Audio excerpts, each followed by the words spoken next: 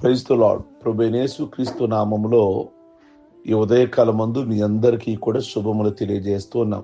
నేను దినమందు ప్రభు సమాధి నుండి లేచారు అన్న దాని మీద చాలా విషయాలు మనం మాట్లాడుకున్నాం. నేను మార్నింగ్ అనేక మంది విజయవాడ, కొండపల్లి ఈస్టరు ఆరాధనలో పాల్గొని ప్రభువుని చక్కగా మహింపరిచారు. ఎన్నో విషయాలు నిన్నటి ఉదయకాలమందు మనము ఆరాధనలో మాట్లాడుకున్నాం. మరొకసారి నిన్న లైవ్లో ఇచ్చిన మెసేజ్ మరొకసారి వినండి. చాలా శ్రేష్టమైన విషయాలు మనం విన్నాం. అందరికీ కూడా ఒకసారి ఫార్వర్డ్ చేయండి. అలాగే యేసుక్రీస్తు ఎప్పుడైతే పునరుద్ధానుడయ్యాడో ఆయన వెళుతున్న స్త్రీలకి యేసయ్య ప్రత్యక్షమయ్యారు. ప్రత్యక్షమై ఏమన్నారో తెలుసా? మీకు శుభం కలుగును గాక అన్నారు. ఇంగ్లీష్లో గ్రీటింగ్స్ అని ఉంటుంది. శుభం ఎవరికైనా ఇష్టమే కదా. కొందరు గోడల మీద శుభం అని రాసుకుంటారు. శుభం అనే మాట మనందరికీ పరిచయమైనది. శుభలేఖలు అని, శుభదినము అని, శుభవార్త అని, శుభోదయము అని, ఇలా ఎన్నో శుభములు. కొందరిని శుభం పలకమంటే అశుభం పలుకుతారు అని మాట్లాడతాంగా. కనుక గమనించాలి, యేసుక్రీస్తు వారు కనబడగానే మీకు శుభం కలుగును గాక అన్నారు. యోబు స్నేహితులతో వచ్చిన సమస్య ఇదే. యోబును పలకరిద్దాం అని వచ్చారు, కానీ వారి వల్ల ఆ శుభం పలికే మాటలు వాళ్ళకి రాల. దేవుని కోపం వారి మీదకి వచ్చేలాగా చేసుకున్నారు. యేసయ్య తన యందు విశ్వాసం ఉంచిన వారందరికీ శుభం చెప్పే దేవుడు. దుఃఖంలో ఉన్నా, నీవు ఉదయకాలం దీనస్థితిలో ఉన్నట్టయితే ఈరోజు ప్రభు నీకు శుభం కలుగును గాక అని మాట్లాడుతున్నారు. ఆయన మాటలు ఆదరణతో కూడిన మాటలు, ఓదార్పు కలిగించే మాటలు. కనుక మనం ఎప్పుడు కూడా ఆదరణతో కూడిన మాటలు మాట్లాడాలి, ఓదార్పు కలిగించే మాటలు మాట్లాడాలి. ఎల్లప్పుడూ మనం శుభమే పలకాలి, అశుభం పలకూడదు అనే మాట ప్రభు మనకు చక్కటి మెసేజ్ ఇస్తున్నారు. రెండోది, మత్తయి సువార్త 28:10 ప్రభు అదే స్త్రీలను ఉద్దేశించి ఏమన్నారు అంటే భయపడకుడి అని కూడా చెప్పారు. ఇందాకేమో శుభం కలుగును గాక అన్నారు, ఇప్పుడేమో భయపడకుడి అన్నారు. నిజంగా ఈరోజు ప్రపంచంలో ఎక్కడ చూసినా భయం, రకరకాలైన భయం. అప్పులు భయం, లేక మన చుట్టూ ఉన్నటువంటి శత్రువుడు భయం. కనుక మానవుడు భయపడుతూనే ఉన్నాడు. కొందరికి పాప భయం, మరి కొందరికేమో శాప భయం. ఆది మానవుడైన ఆదాము సహితము పాప భయంతో దేవునికి తన ముఖాన్ని చూపించలేకపోయాడు.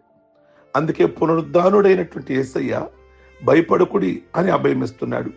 చాలాసార్లు సేవకులు చెప్తూ ఉంటారు కదా, బైబిల్ గ్రంథంలో 366 సార్లు దాకా భయపడకుడి అనే మాటలు ఉన్నాయని. ప్రియ దేవుని బిడ్డలారా, కీర్తనాకారుడు అంటాడు, నాకు కలిగిన భయములన్నిట్లో నుండి ఆయన నన్ను తప్పించాడు. నిజమే, ఈ ఉదయకాలమందు మీరు ఏ భయములలో ఉన్నా కానీ ప్రభు చెప్తున్నారు, నీకు కలిగిన భయం నుండి ఆయన విడిపించగలిగిన దేవుడు. అది ఏ భయమైనా కానీ. కనుక అందుకే మాట్లాడుతున్నారు. ఏమని అంటే భయపడకుడి అనే మాట మాట్లాడుతున్నారు. అదే మత్తయి సువార్త 28:18 ప్రభు అంటారు, పరలోకమందును భూమి మీదను నాకు సర్వాధికారం ఇవ్వబడినది అని. యేసయ్య తన వెంబడించిన 11 మంది శిష్యులకు ఏమన్నారు తెలుసా? ఒక విజయవాక్కును మాట్లాడుతున్నారు. కనుక యేసయ్య మృత్యుంజయుడు. ఆయన యందు విశ్వాసం ఉంచిన వారందరికీ కూడా ఈ అధికారాన్ని ఆయన ఇస్తున్నాడు. ప్రియ దేవుని బిడ్డలారా, రాజ్యాలైన ప్రభుత్వాలైన సమస్త అధికారం అంతా కూడా ఆయనదే. ఆయన లేకుండా ఏది కూడా లేదు కదా. భూమి మీద మీరు వేటినైతే బంధిస్తారో అవి పరలోకమందు బంధించబడును, భూమి మీద మీరు వేటినైతే విప్పుతారో అది పరలోకమందు విప్పబడును అన్నారు. కనుకే దేవుని ఆ బిడలు లేదా అపోస్తులు భూమిని గడగడలాంచారు.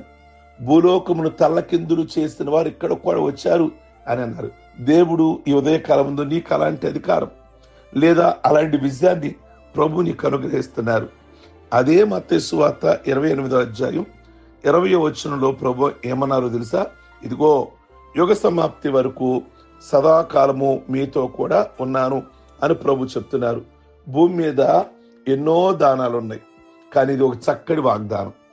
అన్ని దానాల కంటే, గోదానము కంటే, భూదానము కంటే, అన్నదానము కంటే, వస్త్రదానము కంటే, రక్తదానము కంటే, నేత్రదానము కంటే, కన్యాదానము కంటే కూడా ప్రభు ఇచ్చిన వాగ్దానం చాలా గొప్పది. ప్రియ దేవుని బిడ్డలారా, ఆ వాగ్దానం ప్రభు చెప్తున్నటువంటి మాట ఏమిటి అంటే, ఆయన తన వాగ్దానమును నీ జీవితంలో నెరవేర్చేవారు. నీకేమైనా వాగ్దానం ఉన్నదా? ఏమైనా ప్రభు నీకు వాగ్దానం ఇచ్చారా? ఆ వాగ్దానమును ఆయన నెరవేర్చే దేవుడై ఉన్నాడు. వాగ్దానము ఆయన ఎన్నడూ కూడా మర్చిపోయే దేవుడు కాదు. అందుకే ఏమిస్తున్నారు అంటే, నీ ఎడల ఒక వాగ్దానం ఉంది, యుగ సమాప్తి వరకు నేను నీకు తోడుగా ఉన్నాను అనే మాట. కనుక గర్భవాసిగా ఉన్నప్పుడు తల్లి తోడు, ఎదుగుతుండగా స్నేహితుడు తోడు, పెద్దవారయ్యాక భార్య తోడు, వృద్ధాప్యంలో బిడ్డల తోడు. తోడు లేకుండా మానవుడు ఉండగలిగిన తావు ఏదైనా ఉంది అంటే సమాధి ఒక్కటే. సర్వకాల సర్వ వ్యవస్థల్లో ఎడబాయిని తోడు దేవుడు ఒక్కడే.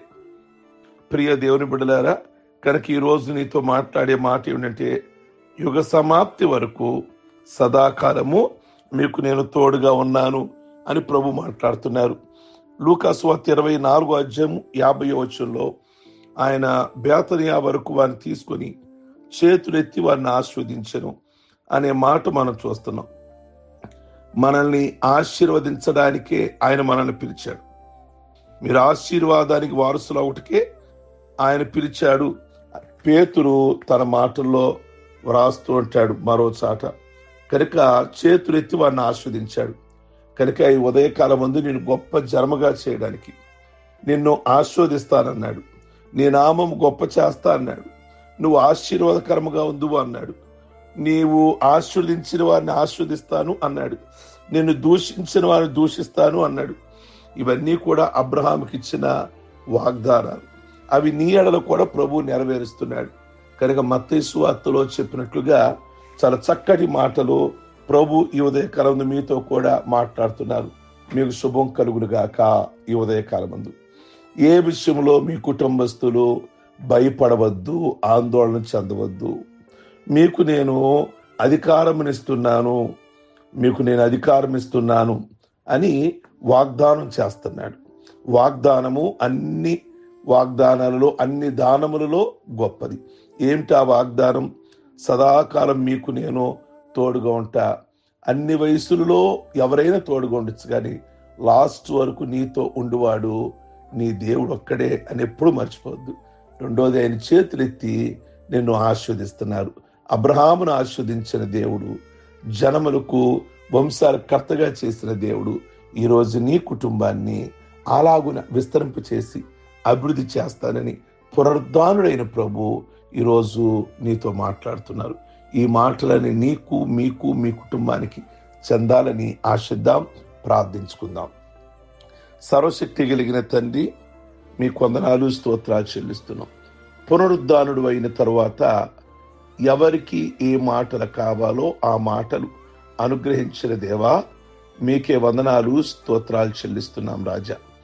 కనుక ఎవరు భయంతో, ఆందోళనతో, కలవరముతో, టెన్షన్లో ఉన్నారు, రకరకాలైన వేదనలు, వాటన్నిటి నుండి విడిపించగలిగిన దేవుడు మీరే. నాకు కలిగిన భయాలన్నీ విడిపించగలిగిన దేవుడు మీరే అని కీర్తనకారుడు చెప్పిన విధంగా మీ గొప్ప దీవెన వారికి ఇవ్వండి. అంతేకాదు, వారికి మీ యొక్క ఆశీర్వాదాన్ని కూడా పంపించండి. వృద్ధి చేయగలిగిన దేవుడు మీరే, అభివృద్ధి చూపించగలిగిన దేవుడు మీరే. ఈ ఉదయకాలం ముందు ప్రతి కుటుంబానికి అభివృద్ధినివ్వండి, ఆశీర్వాదాన్ని ఇవ్వండి.